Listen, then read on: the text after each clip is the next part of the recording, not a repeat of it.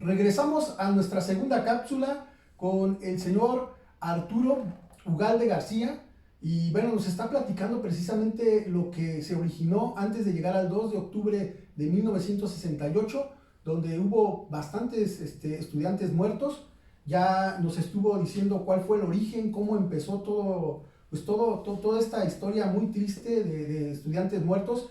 Pero bueno, le vamos a preguntar ¿quiénes estaban al mando, vamos a decir, quién estaba dirigiendo en el país toda esta situación que se vivía con lo que era los estudiantes, ¿no? Que realmente querían ellos expresarse, querían ellos exigir ese respeto, pues vamos a decir, esas garantías individuales que son los derechos humanos, que realmente ahorita en la actualidad pues los tenemos, ¿no? Antes realmente no se tenía esa garantía que está dentro de nuestra Constitución. Pero bueno, vamos a preguntarle al señor Arturo realmente quién eran los que estaban totalmente dirigiendo toda esta situación contra los estudiantes.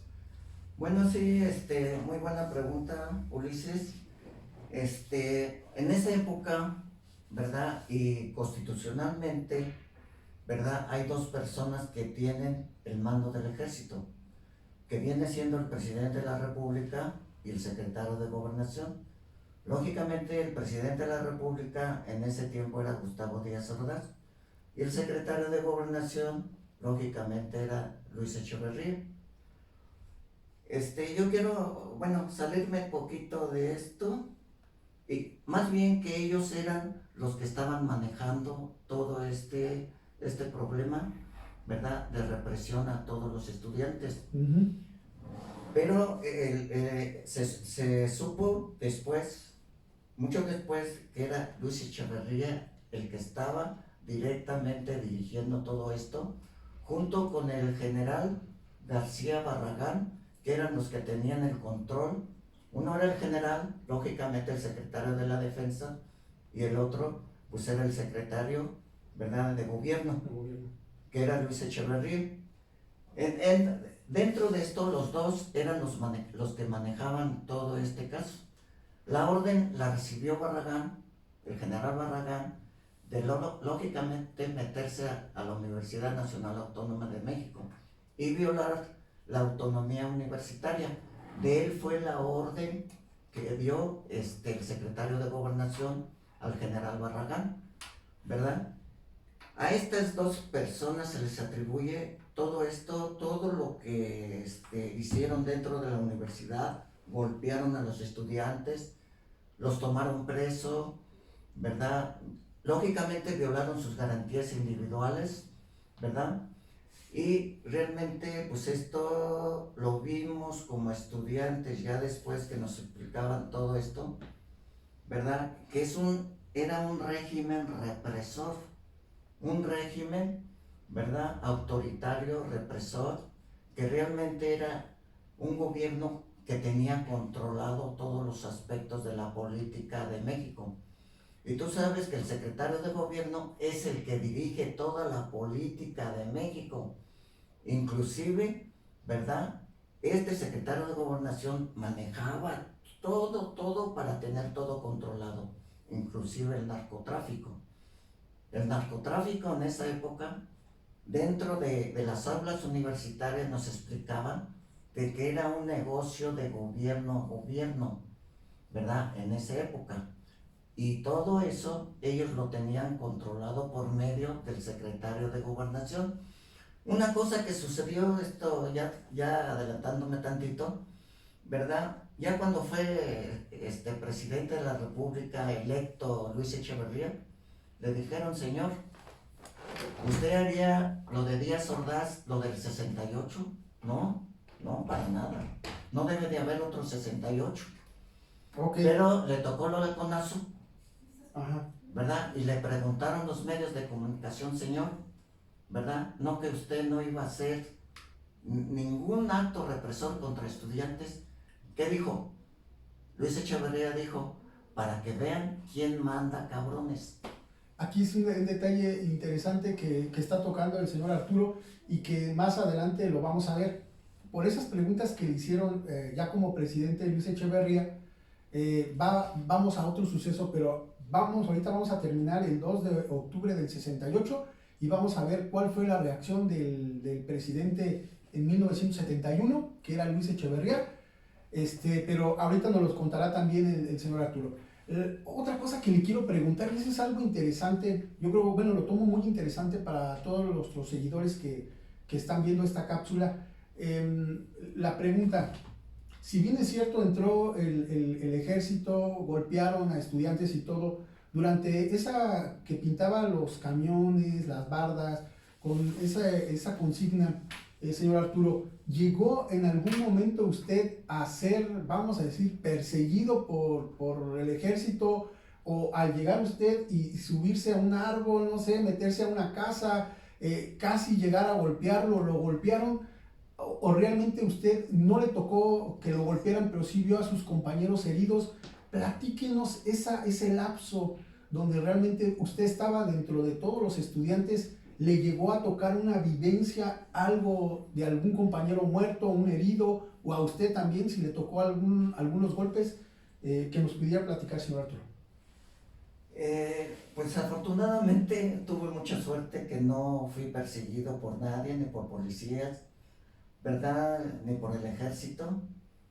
El único que me acuerdo es que un día quería yo entrar al Zócalo y ya estaban todos los del ejército, no dejaban pasar a ninguna persona, ¿verdad? Solamente los que trabajaran en gobierno, en Palacio Nacional, ¿verdad? Los que trabajaran por ahí. Y yo traía mis libros, ¿verdad? Como estudiante.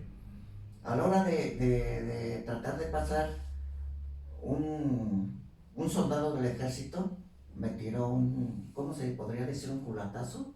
Sí. Un culatazo, pero afortunadamente me agaché, ahora sí que me agaché y lógicamente no pasó nada. Eso fue lo único que realmente pasé yo de que estuviera a punto de que me lesionaran dentro del movimiento de 1968.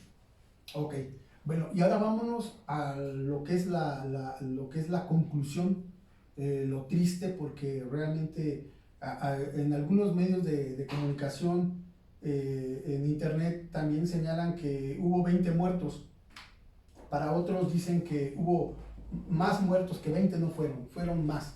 Alrededor de 60, hay algunos que señalan, 68 estudiantes muertos. En un relato de una madre que va a buscar a su hijo y que dice que dentro de todo, ya que había estado todos los estudiantes muertos, ahí en lo que es la Plaza de las Tres Culturas, dice una de las mamás en un relato que no eran 20, que ella mínimo contó alrededor de 68 muertos de estudiantes. Entonces, pues vamos a esa parte donde estaba concentrado, ¿no? Un desfile, bueno, una marcha, una marcha de los estudiantes, que en ese momento se cancela para no entrar en conflicto con el ejército, y según los datos históricos se baja un helicóptero y empieza a mandar como si fueran luces de bengala, empieza la confusión y empieza a haber disparos y se empiezan a dispersar todos. Platíquenos esa parte, qué fue lo que usted vivió y realmente pues la desesperación de que todos querían entrar a las casas, todos querían esconderse, todos querían pues ahora sí que salvar su vida, pero realmente ya estaba todo, vamos a decir, sitiado para la desgracia de esos estudiantes el 2 de octubre de 1968. Platíquenos, señor Arturo, ¿qué fue lo que usted vivió en esa fecha? Bueno, como acabas de mencionar, Ulises, la realidad es que no fueron ni 50, fueron mucho más muertos y miles desaparecidos que los tenían en el campo militar número 1, ¿verdad? Y que yo supe que todos los demás estudiantes desaparecidos los mandaban a un lugar que se llamaba Perote, Veracruz. Por eso te puedo decir que no son 50 ni 70. En esa época, como los medios de comunicación estaban controlados por medio del gobierno.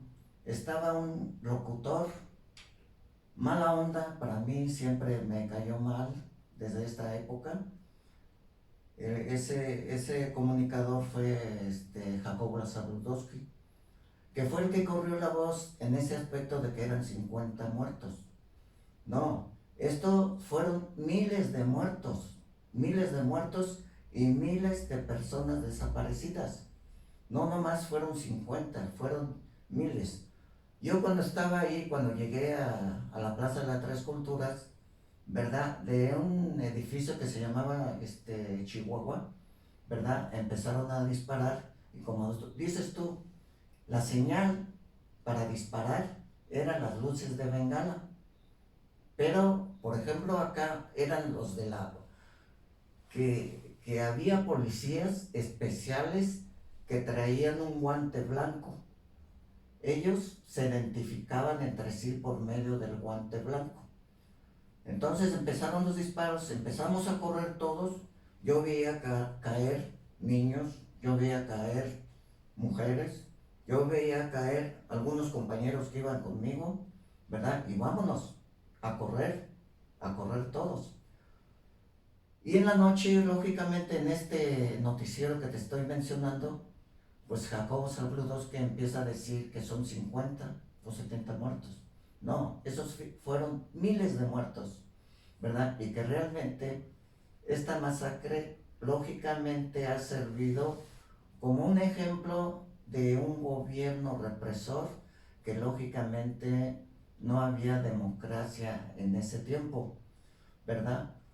Todo esto de esta represión tan brutal, ¿verdad? Empieza a surgir un descontento de la gente, porque cuando nosotros en un momento participábamos en marchas, ¿verdad? Marchábamos sobre el Paseo de la Reforma y veíamos cómo todos salían de los edificios porque estaba la tarde lluviosa y nos aventaban periódicos. Ahí veíamos que lógicamente los estudiantes estábamos haciendo lo correcto, porque en ese entonces, ya en 1968, ya había un hartazgo de aquellos gobiernos autoritarios y represores, ¿verdad? Ya había ese hartazgo. Y si en un momento entramos en 1971, ya te empiezo a decir más el hartazgo.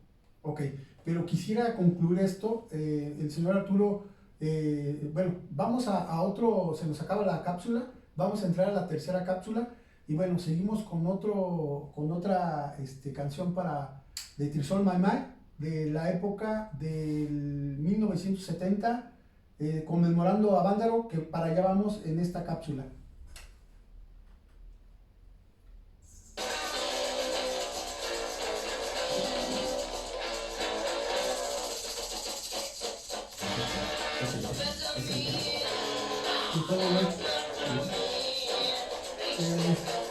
Vamos, le voy a preguntar, cuando empezaron a correr todos en la Plaza de las Tres Culturas, me platico cómo empezaban las personas, ¿no?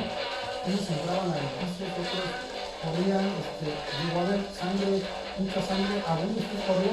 ¿Dónde se escondió? ¿Se subió a un camión? ¿Qué fue lo que hizo en ese momento que todos empezaron a correr? ¿Cuál fue su destino de usted como parte final del 60? Ahorita le pregunto. Ok. Todos los estudiantes se escondieron en una de las partes del departamento para terminar la prohibición.